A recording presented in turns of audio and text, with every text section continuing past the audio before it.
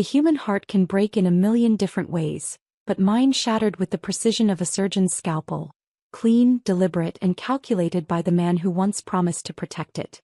I'm standing in our bathroom right now, staring at my reflection in the mirror, but I don't recognize the woman looking back at me. Her left eye is swollen shut, a grotesque palette of purple and black. Her bottom lip is split open, still seeping blood that tastes like copper pennies. There are finger-shaped bruises wrapped around her throat like a necklace of violence. But it's her eyes, my eyes, that disturb me most. They're empty. Hollow. Like something essential has been scooped out and discarded. My name is Olivia Grant and I'm 27 years old. 3 years ago I thought I'd met my soulmate. His name was Adrian Wyatt, and he had the kind of smile that could melt glaciers and a voice smooth as expensive whiskey. He worked in corporate finance, drove a sleek black Audi, and always knew exactly what to say to make me feel like the only woman in the world. 6 months ago he hit me for the first time. It was a backhand across the face because I'd forgotten to pick up his dry cleaning. He'd apologized immediately, tears streaming down his handsome face, swearing it would never happen again. He bought me roses, 24 red ones, and took me to that Italian restaurant I loved on Riverside Avenue. I forgave him. God help me, I forgave him. But it did happen again. And again. And again. The hits became routine. Expected. A twisted sort of normal that I learned to navigate like a minefield. I stopped wearing short sleeves. Invested in heavy concealer. Made excuses to friends I barely saw anymore about why I couldn't meet for coffee or come to dinner parties. I became a ghost haunting my own life. Today is different though. Today everything changed. Today I discovered the truth about the monster I've been living with, and that truth has transformed my fear into something far more dangerous. Rage. It happened this morning. Adrian left for work in a rush, some emergency meeting with a client in the financial district. He'd been agitated, snapping at me over breakfast because his eggs weren't cooked properly. I'd apologized, scraped them into the trash, made new ones. He'd left without touching them, slamming the door so hard the windows rattled. After he left, I did what I always did. Cleaned the kitchen, started the laundry, tried to make our apartment perfect so there'd be no reason for his anger later.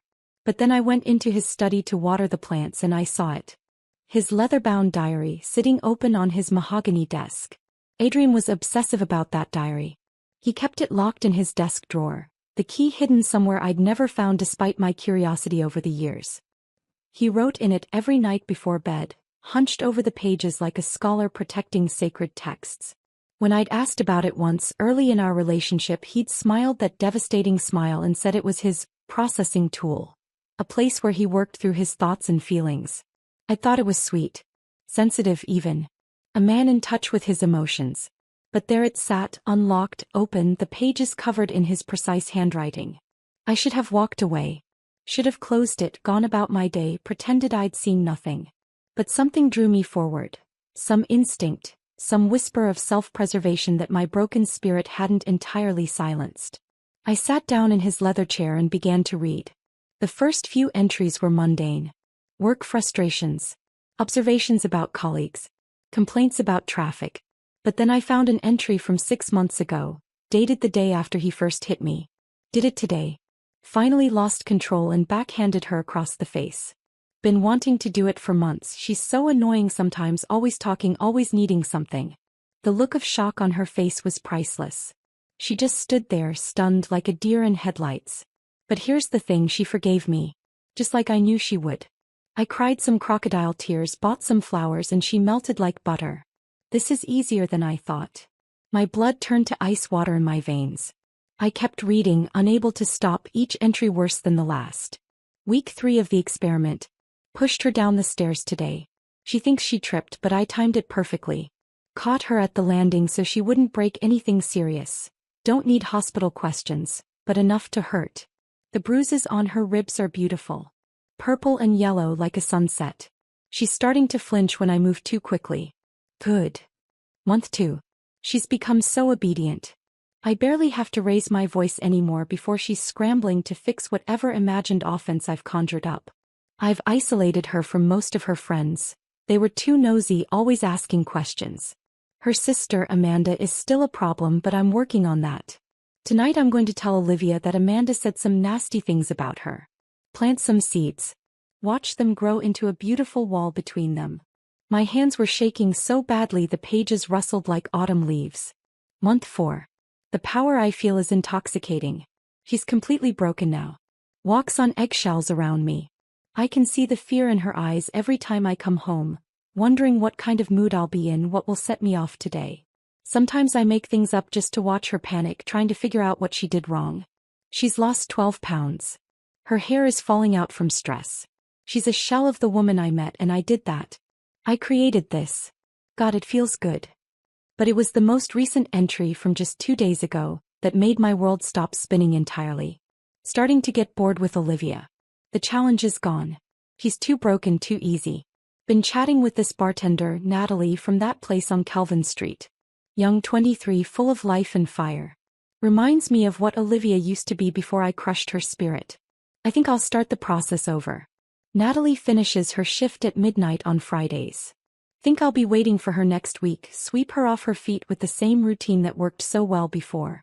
As for Olivia, well, I've been researching ways to make a death look like suicide. Depression, isolation, history of emotional instability. I've been building the perfect narrative for months. Maybe around the holidays? Yeah. Christmas Eve has a poetic ring to it. The tragic suicide of a depressed woman who couldn't handle the pressures of life. I'll play the devastated boyfriend beautifully. Might even cry at the funeral. The diary slipped from my numb fingers and fell to the floor with a sound like thunder. He was planning to kill me. Not in some fit of rage or accidental violence gone too far. This was premeditated. Calculated. He'd been conditioning me, breaking me down systematically, building a narrative that would make my death believable. I wasn't his girlfriend. I wasn't even his victim. I was his project. His experiment in psychological torture. And I was scheduled for termination on Christmas Eve. That was 6 hours ago. Now, standing in this bathroom looking at the evidence of his latest session, painted across my face, I feel something I haven't felt in months. I feel alive. The fear that's been my constant companion has transformed into something crystalline and sharp. Something deadly. Adrian Wyatt thinks he's broken me beyond repair. He thinks I'm a helpless, pathetic creature who will stand still while he wraps his hands around my throat for the final time. He's wrong. I've been drowning in darkness for so long that I'd forgotten what light looks like. But now I can see clearly. Now I understand exactly what I'm dealing with. And now, finally, I know what I have to do. Adrian wants to destroy me? Fine. But he's made one critical mistake. He's given me nothing left to lose. I reach into the medicine cabinet and pull out the concealer, beginning the familiar ritual of hiding the damage. But this time it's not out of shame or fear. This time I'm hiding evidence. This time I'm preparing for war. Because Adrian Wyatt wrote his own story in that diary. Every hit, every calculated cruelty, every twisted thought. He documented his crimes with the arrogance of a man who never believed he'd be caught. He's about to learn that the most dangerous woman in the world is one who's already dead inside. The diary is still sitting in his study where I left it, carefully arranged to look untouched. He doesn't know that I read it. Doesn't know that I photographed every single page with my phone before returning it to exactly the position I found it.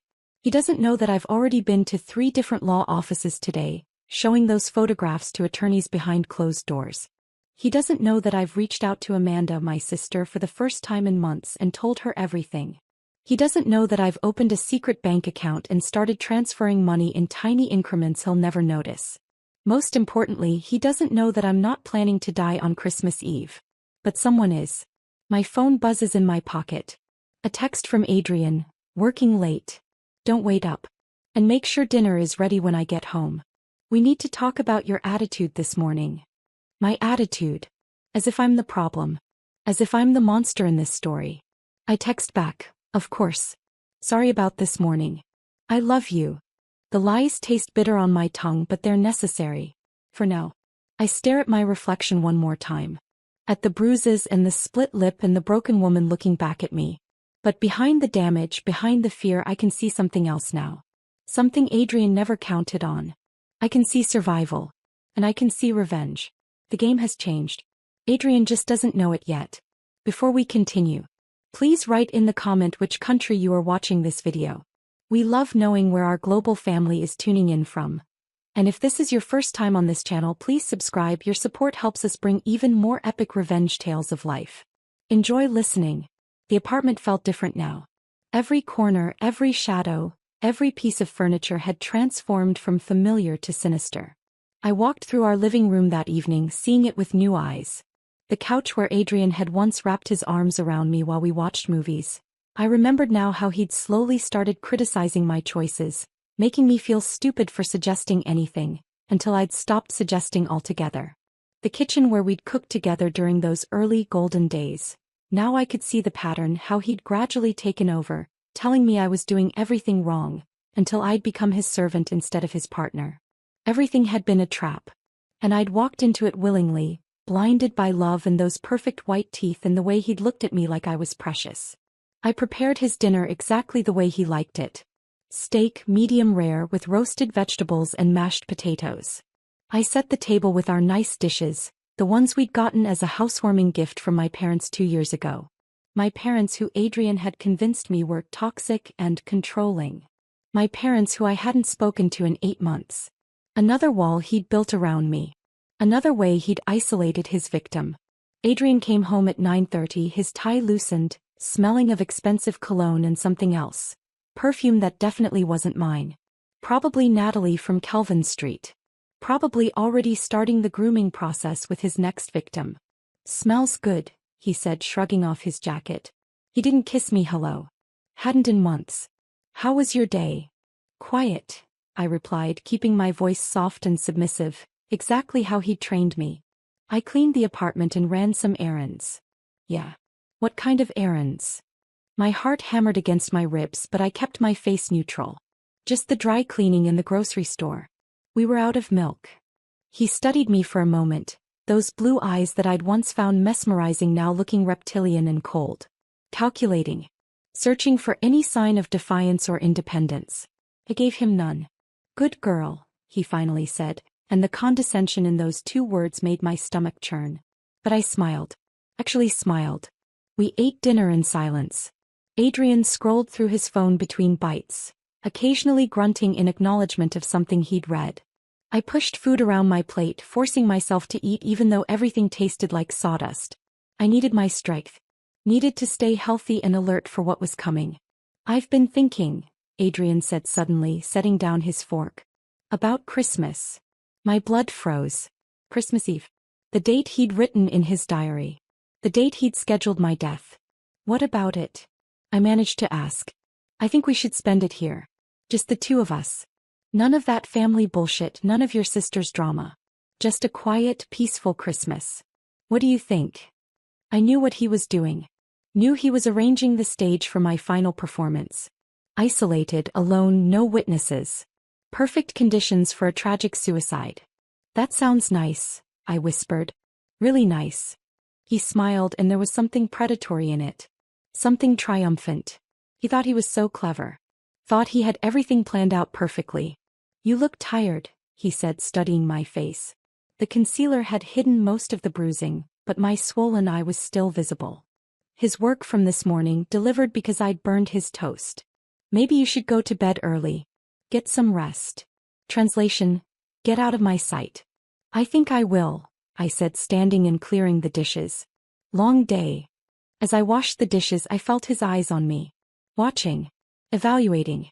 Making sure I was still broken, still compliant, still his perfect victim. If only he knew. That night, I lay in our bed, though it had ceased being our bed months ago and had become his bed, where I was occasionally permitted to sleep if I'd been good, and listened to the sounds of Adrian moving around the apartment. The clink of his whiskey glass. The low murmur of his voice as he made a phone call in his study. Probably to Natalie. Probably spinning the same web of charm and lies that he'd used on me. I wanted to warn her. Wanted to call that bar on Kelvin Street and tell this young woman who had no idea what she was walking into that the handsome man with the expensive car and the devastating smile was actually a monster wearing human skin. But I couldn't.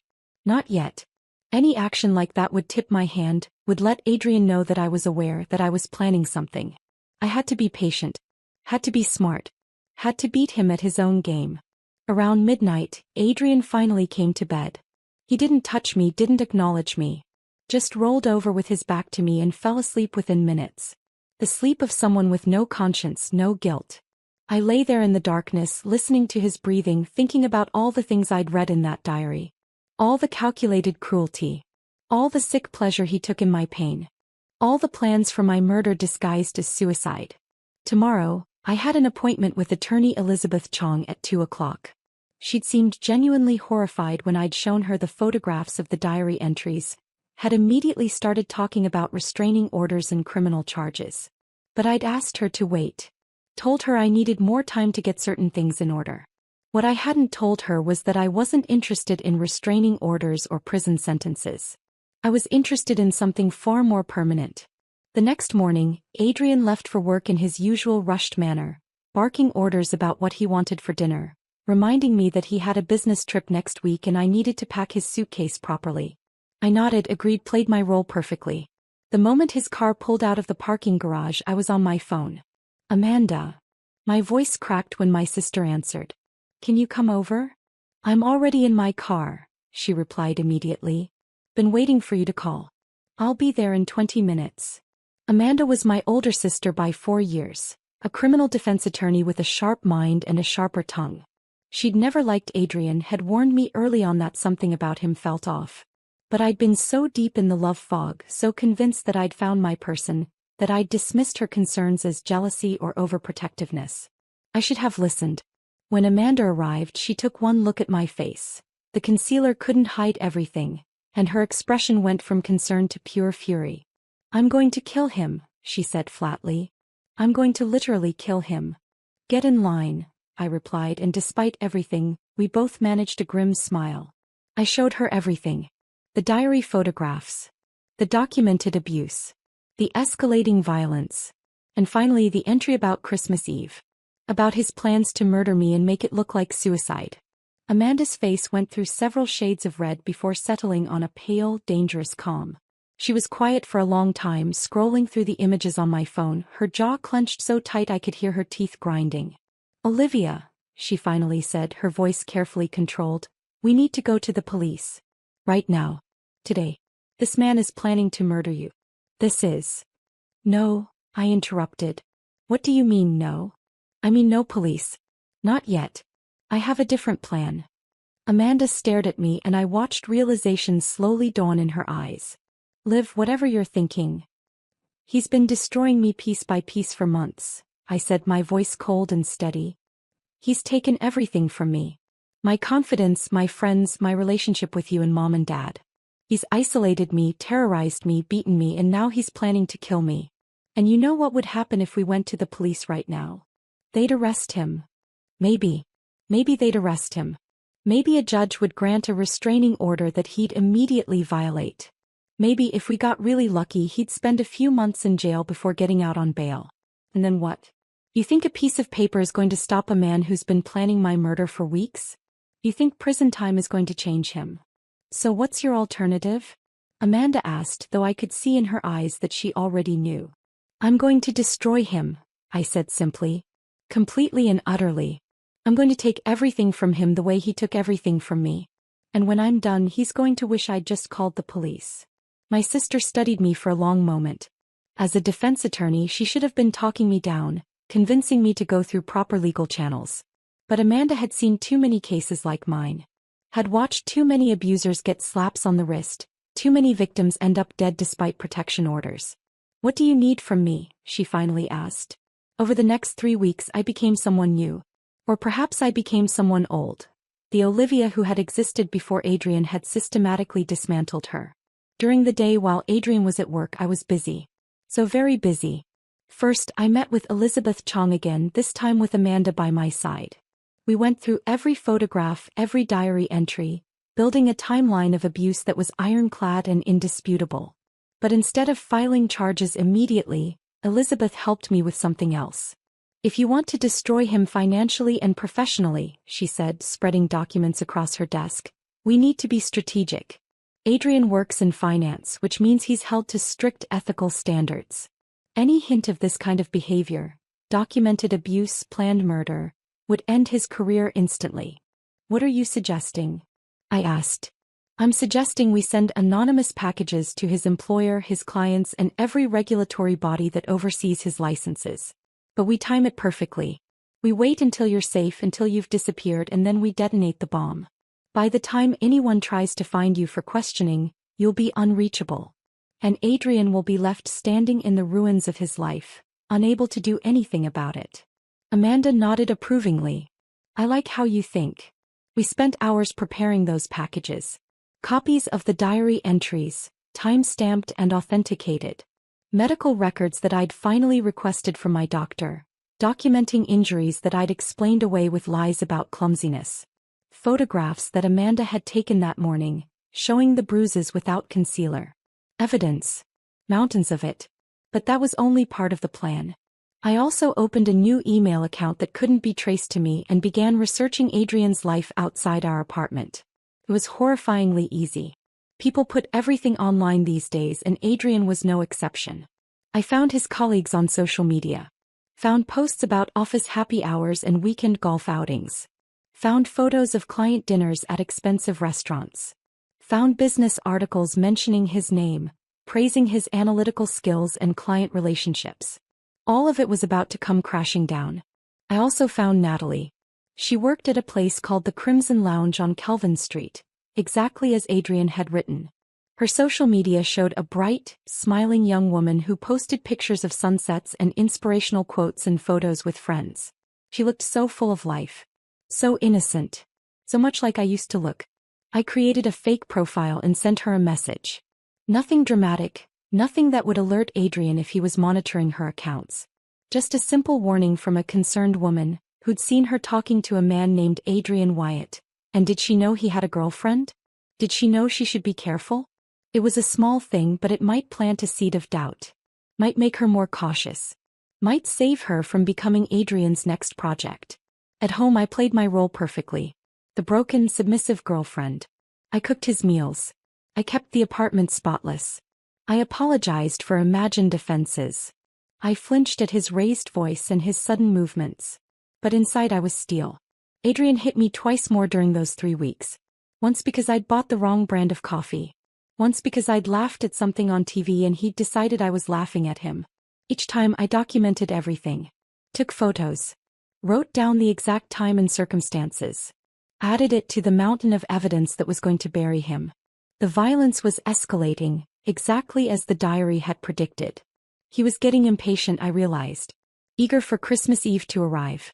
Eager to move on to his next victim and start his sick game all over again. You've seemed different lately, Adrian said one evening in mid-December. We were sitting on the couch, him watching some financial news program while I pretended to read a book. Quieter.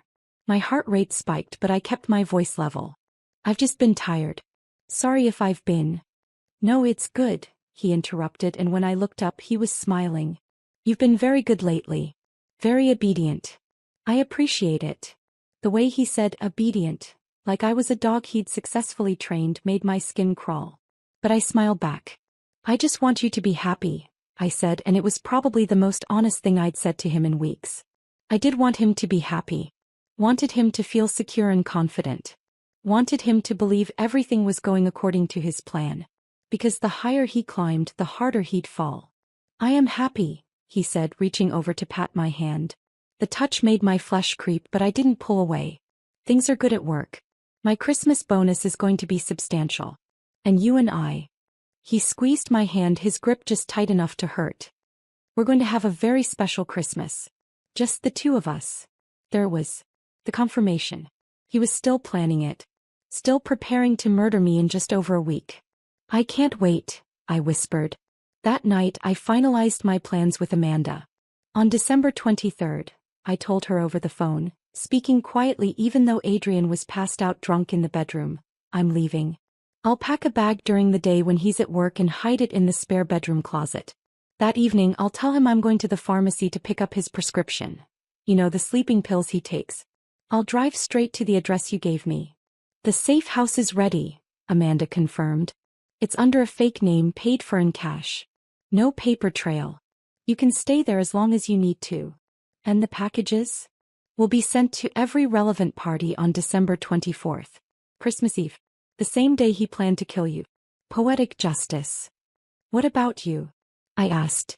He'll come looking for me. He'll definitely suspect you helped me. Let him try, Amanda said grimly. I've already filed documentation with my law firm about Adrian's threats against you. If anything happens to me, if I so much as stub my toe, there's an envelope that gets opened and delivered directly to the police. He won't touch me. He's going to be so angry, I said softly. When he realizes I'm gone, when all those packages arrive, when his whole life implodes. Good, Amanda replied. Let him be angry. Let him be destroyed. He deserves every bit of what's coming to him. He was right. But there was one more thing I needed to do. One final piece of the puzzle that would ensure Adrian Wyatt got exactly what he deserved. 2 days before my planned escape, I made an appointment with a psychiatrist. Dr. Helen Morrison was a kind woman in her 50s with gentle eyes and a calm demeanor. She listened as I poured out my story. The abuse, the isolation, the fear, the diary entries, the plan to murder me on Christmas Eve. She documented everything. Every word. Every detail. And when I was finished, she sat back in her chair and looked at me with something like awe.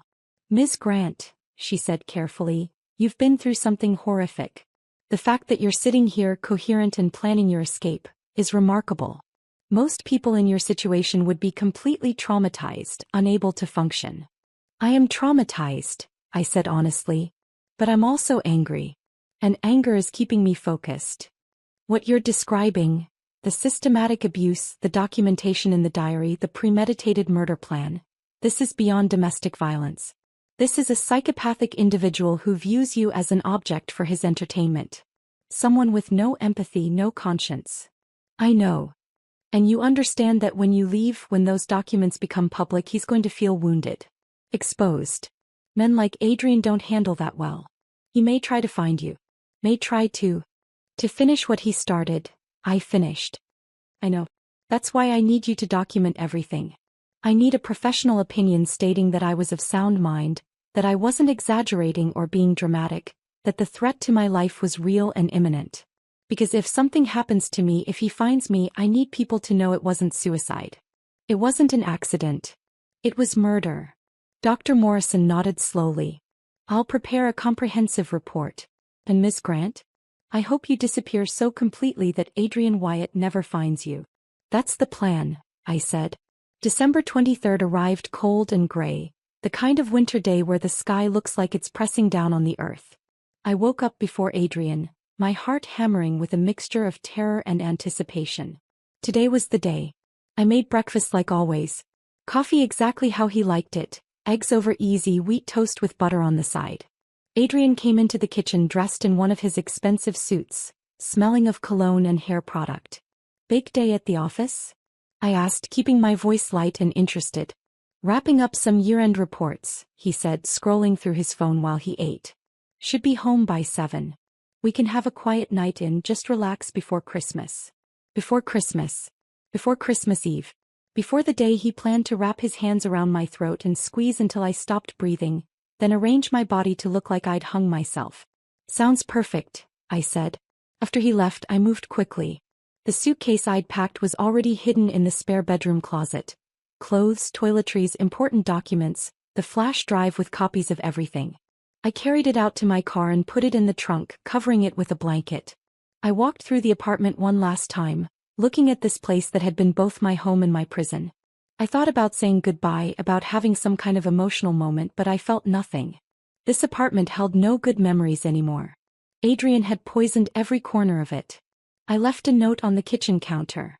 Short and sweet. Went to pick up your prescription. Back soon. Oh. Then I got in my car and drove away from that life forever. The safe house Amanda had arranged was a small cottage on the outskirts of the city, tucked away on a quiet street that barely had any traffic. She was waiting for me when I arrived, along with 2 other people I didn't recognize. This is Marcus and Joy, Amanda introduced them. They're private investigators who specialize in domestic violence cases. They're going to help make sure Adrian can't find you. Marcus was a tall black man with kind eyes and a no-nonsense demeanor. Joy was a petite Asian woman who looked like she could probably kill someone with her pinky finger. We're going to sweep you for any tracking devices, Joy explained. Phone, car, clothes, everything. We're also going to set up security cameras around the property and show you some basic self-defense moves. Just in case. You think he'll find me? I asked. We think he'll try, Marcus replied. Men like Adrian don't let go easily.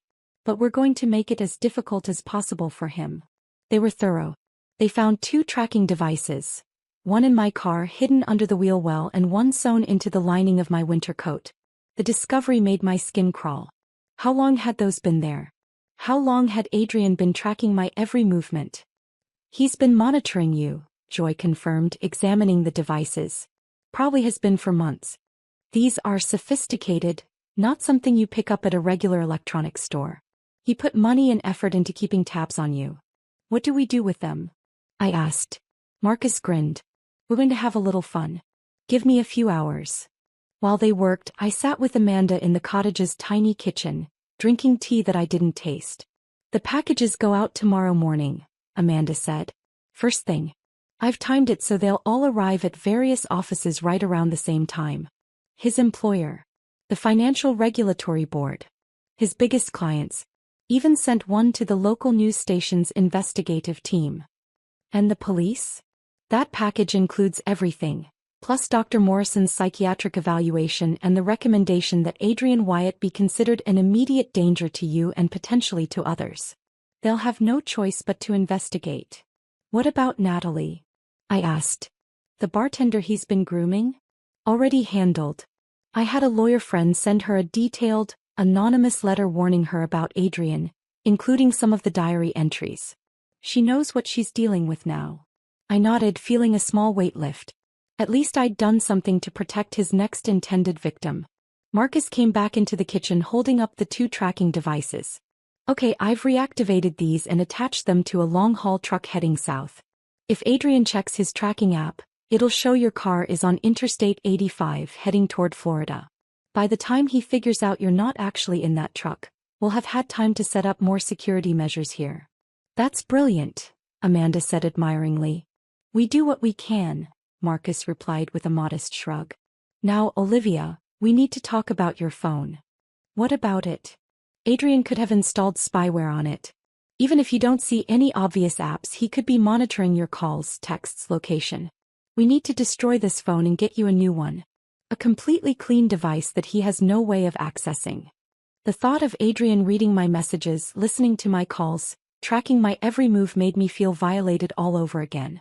But I handed over my phone without hesitation. Joy took it and, with remarkable efficiency, smashed it with a hammer and then dropped the pieces into a bag. We'll dispose of these in 3 different locations, she explained. No way to recover any data. They gave me a new phone with a new number. The only contacts in it were Amanda, Marcus, and Joy. That evening, as darkness fell over the city, I sat in the cottage's living room and imagined Adrian coming home to our empty apartment. Calling my name. Finding my note. Calling my phone and getting a number-disconnected message. I imagined his confusion turning to anger. Anger turning to rage. And tomorrow, when those packages arrived, I imagined that rage becoming something even darker. Good. Adrian Wyatt's world began to collapse at precisely 9:15 on Christmas Eve morning. I know because Amanda was monitoring his social media and had friends at his office keeping her updated. She'd called me with each new development, her voice tinged with satisfaction. The package just arrived at his office, she reported. His boss called him in for an emergency meeting. 30 minutes later, he's been suspended pending investigation. They've locked him out of his computer and escorted him from the building. Olivia, his face. My contact said he looked absolutely insane. An hour after that, his biggest client just terminated their contract. The regulatory board has opened a formal investigation. It's all falling apart. I should have felt satisfied. Triumphant. This was what I'd planned, what I'd worked toward. But instead I felt a strange numbness. Like I was watching all of this happen to someone else. He's going to come looking for me, I said. Let him try, Amanda replied. Marcus and Joy are there with you. The police have been notified. You're safe. But I didn't feel safe. Adrian called Amanda's phone 47 times that day. Left increasingly unhinged voicemails that went from angry to pleading to threatening and back to angry again. Where is she? his voice screamed through Amanda's voicemail, which she'd put on speaker so I could hear. I know you have her, Amanda. I know you put her up to this. Tell that bitch that she's ruined everything, but I'm going to find her. I'm going to. The message cut off as he apparently threw his phone. Save all of those, I said quietly. More evidence. Already done, Amanda assured me. As the day wore on, more dominoes fell.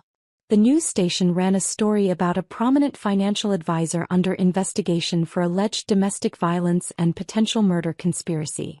They didn't name Adrian yet, but anyone who knew him would recognize the details. His photo was on the company website after all. His professional reputation was in ruins. His career was over. His clients had abandoned him. His colleagues were distancing themselves as fast as they could type LinkedIn messages. Everything he'd built, every carefully constructed piece of his perfect life, was crumbling to dust. And he knew exactly who was responsible. Marcus's phone buzzed around 6 that evening. He looked at it, frowned, and then pulled up an app one didn't recognize. He went to your apartment, Marcus said, showing me a screen with a map and a blinking dot. Stayed there for about an hour. Just left. And now, he's heading toward the interstate. Looks like he's following the tracker signal. Good, I said. Let him chase ghosts. But Joy was shaking her head, her expression troubled. He's not following it straight south like we expected. Wait. She grabbed her own phone, pulling up something. He's detouring. Taking back roads. Like he knows something's off and he's trying to figure it out. He's smart, I said. I told you he was smart. Not that smart, Marcus replied. He's still following the signal. It'll keep him busy for at least a day, maybe 2. But my instincts, those survival instincts that Adrian had tried so hard to destroy, were screaming at me. Something felt wrong. Amanda, I said carefully, when you sent those packages, did any of them mention this location? Of course not. Nobody knows where you are except the 4 of us. What about property records? Is your name on anything? Amanda's face went pale. I paid cash. Used a shell company name. But, the utilities. Oh God, the utilities are still in my name. I didn't think. I thought since it was in a different city he wouldn't. He's a financial analyst, I interrupted. His entire job is finding connections between seemingly unrelated pieces of information. If he looked up your property records, your utility bills, he could. Marcus was already moving, checking the security camera feeds on his laptop. Nobody's here yet. But we should relocate you. Right now. No, I said, and the certainty in my voice surprised even me. No more running. Olivia, Amanda started. I've been running from him for months, I said, standing up. Running from his anger, his fists, his control. Even when I was still living with him, I was running. Hiding. Trying to be small enough, quiet enough, perfect enough that maybe he wouldn't hurt me. And where did that get me? He was still planning to kill me. So what are you suggesting? Joy asked, and there was something in her eyes that suggested she already knew. I'm suggesting we let him come, I said. But this time I'm ready for him. This time I'm not his victim. Marcus and Joy exchanged glances. That's actually not a terrible idea, Marcus said slowly. If we control the environment, if we're prepared, we can document everything. Have multiple cameras rolling. Get a confession on tape. That's evidence no court could ignore. Are you sure about this? Amanda asked me, her lawyer brain clearly warring with her protective sister instincts. Olivia, he's dangerous. He was planning to murder you. If something goes wrong, then I die, I said simply. But at least I die fighting back instead of cowering in a corner waiting for him to find me. And at least he goes to prison for it. The room was silent for a long moment. Okay, Joy finally said. Hey. If we're doing this, we're doing it right. Marcus, start setting up cameras. I want every angle covered. Amanda, you need to leave. If this goes bad, we need you safe and able to testify. I'm not leaving my sister. You are, I interrupted gently. Because you're the one who has all the evidence. All the documentation. Something happens to me, you're the one who makes sure Adrian pays for it. You're my insurance policy, Amanda. My sister's eyes filled with tears, but she nodded. I love you, Liv. I love you too, I replied. Now go. And don't come back until this is over. After Amanda left, Marcus and Joy transformed the cottage into something between a surveillance hub and a trap. Cameras in every room, every corner. Audio recording devices. Motion sensors. They even rigged the front door with a silent alarm that would alert the police the moment it opened. "The cops will take at least 15 minutes to get here," Marcus warned. "Probably closer to 20 given the location. You need to keep him talking that long. Keep him calm enough that he doesn't... well, you know." "I know," I said. "I've been managing his moods for months. I can do this." Joy pressed something into my hand. It was a small canister of pepper spray. "Last resort," she said. "If he gets physical, if you think you're in immediate danger, use this and run. Don't worry about the cameras or the confession. Just survive." "I will," I promised. They wanted to stay, to hide in the cottage and be there if things went bad. But I refused. If Adrian saw any cars, any signs that I wasn't alone, he'd never come in. Never confess. This had to look like I was vulnerable and isolated. It had to look like his original plan could still work. "We'll be in a car 2 blocks away," Marcus said as they prepared to leave. "The silent alarm will notify us the second he enters. We'll be here in under 3 minutes." "That's cutting it close," I observed. "Life's a risk," Joy replied with a grim smile. "But you're braver than you think, Olivia. I've worked with a lot of abuse survivors. Most of them never get to this point. Never get to face their abuser on their own terms." "I'm not brave," I said. "I'm just tired of being afraid." After they left, I sat in the cottage's small living room and waited. The Christmas lights from neighboring houses cast colorful shadows through the windows. Somewhere, families were gathering, exchanging gifts, celebrating the holiday. And I was waiting for my would-be murderer to come kill me. The irony wasn't lost on me. My phone buzzed. A text from Marcus. "He just entered the city. Hey, maybe 30 minutes. Are you ready?" I texted back, "Ready." But was I? My heart was hammering so hard I thought it might bruise my ribs from the inside. My hands were shaking. My mouth was dry.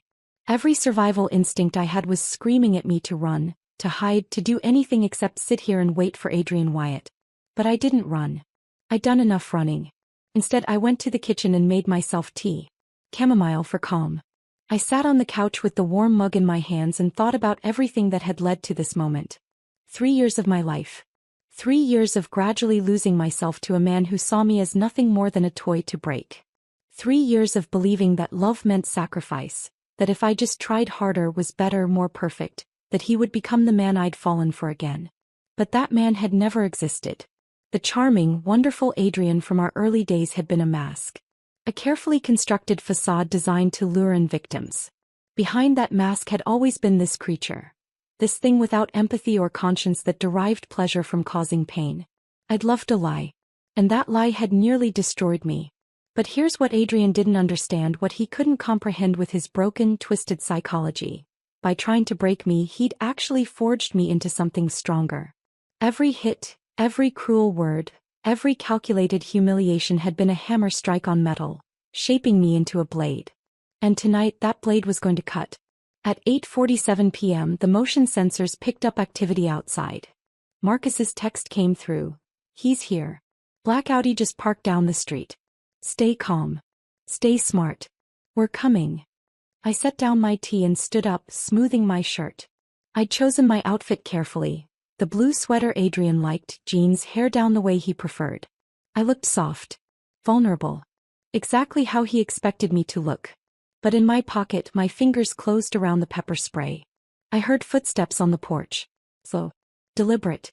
Like he was savoring this moment. Then the doorknob turned. I hadn't locked it, another deliberate choice. I needed him to feel confident, in control. The door swung open. Adrian Wyatt stepped into the cottage, and for a moment we just stared at each other. He looked terrible. His usually perfectly styled hair was disheveled. His expensive suit was wrinkled. His eyes were wild, rimmed with red like he hadn't slept. This was Adrian without his mask, without his careful control. This was the monster finally revealing itself completely. "Hello, Adrian," I said, my voice steady despite my racing heart. "You bitch," he said softly, closing the door behind him. "You absolute fucking bitch. Do you have any idea what you've done?" "I know exactly what I've done," I replied. "I've destroyed you." He laughed. A harsh, broken sound. You read it, didn't you? My diary. That's the only way you could have known all of that. I thought I'd locked it, but I must have been careless one morning and you... He took a step closer. You invaded my privacy. You had no right. The sheer audacity of that statement, that somehow I was the one in the wrong, would have been funny if it weren't so horrifying. No right. I repeated. You were planning to murder me, Adrian. Christmas Eve. Tomorrow. You were going to kill me and make it look like suicide. I was putting you out of your misery, he said, and he actually seemed to believe it. You were so pathetic, Olivia. So broken and sad. I was doing you a favor. By strangling me? It would have been quick. Painless. I'm not a monster. I couldn't help it, I laughed. Actually laughed. You're not a monster? Adrian, you documented every moment of my abuse in that diary like it was a science experiment. You got pleasure from my pain. You isolated me from everyone who cared about me. You hit me, pushed me downstairs, wrapped your hands around my throat just to watch me panic. And you're not a monster. His face darkened. I gave you everything. A beautiful apartment. Financial security. All you had to do was be grateful, be obedient, and you couldn't even do that. Obedient, I repeated. Like a dog. Like a good girlfriend, he corrected. But you had to go and ruin it. Had to send those packages, destroy my career, turn everyone against me. And for what? Because I was a little rough with you sometimes? Because I had high standards. You were planning to kill me, Adrian. That's not high standards. That's murder. And what you did to me isn't murder? He shot back, his voice rising. You killed my career. My reputation. My entire life. Everything I worked for, gone because you're too weak to handle a little discipline. He was getting agitated, pacing now. This was the dangerous part. The part where his control slipped and the violence emerged. Why are you here, Adrian?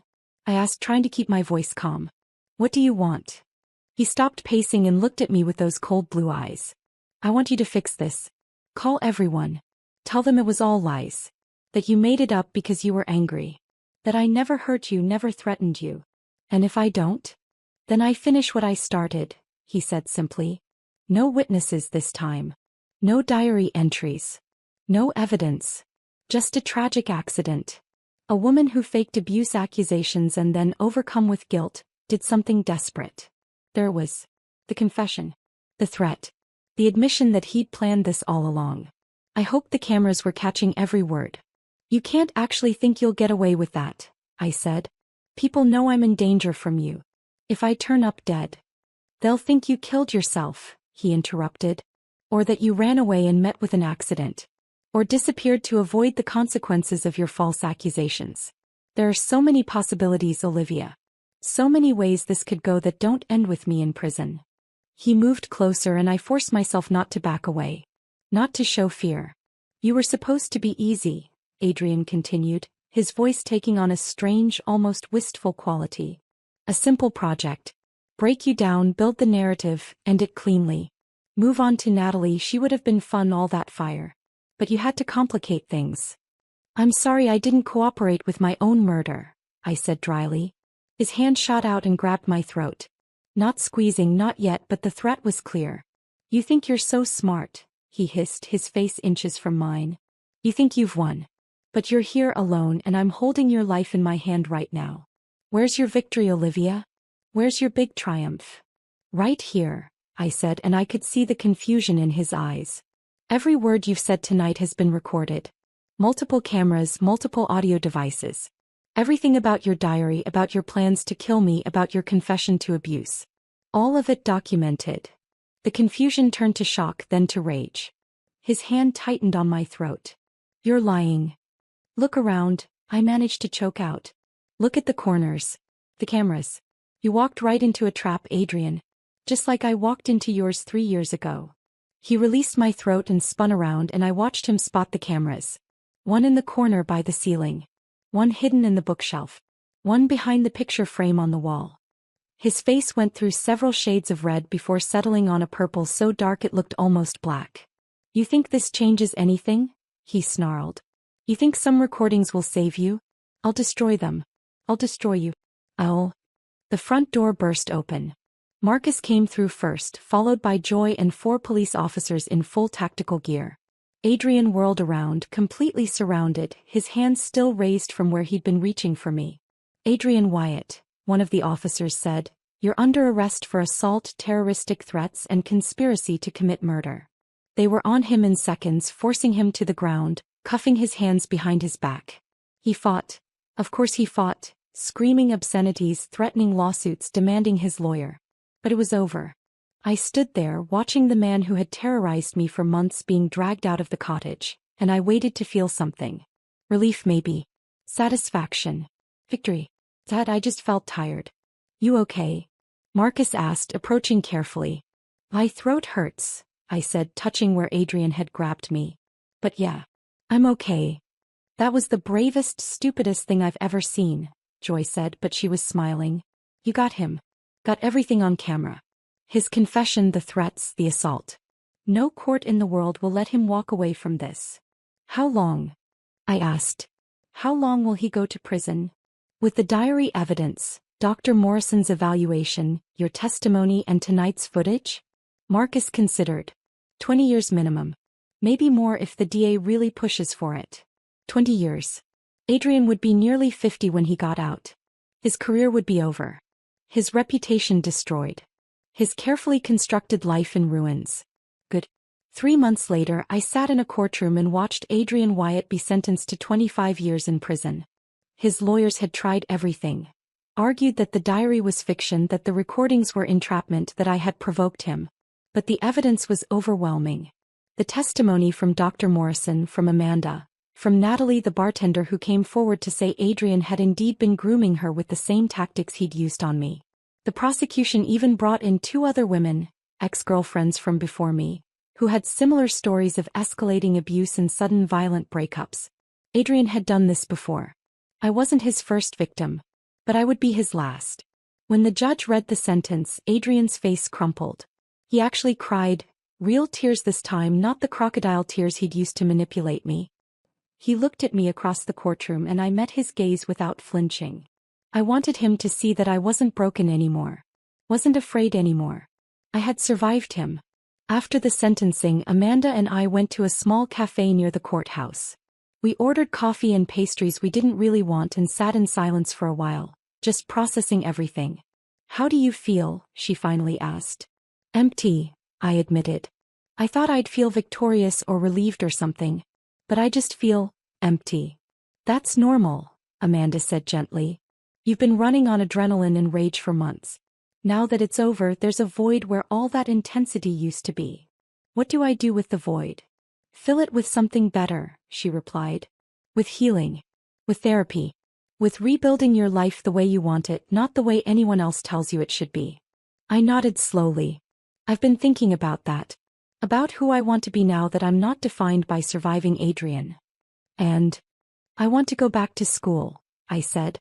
"Before Adrian, I was studying psychology. I want to finish my degree. Maybe work with abuse survivors. Help them find their way out before it gets as bad as it got for me." Amanda smiled. "I think that's perfect." Over the following months, I did exactly that. I enrolled in classes.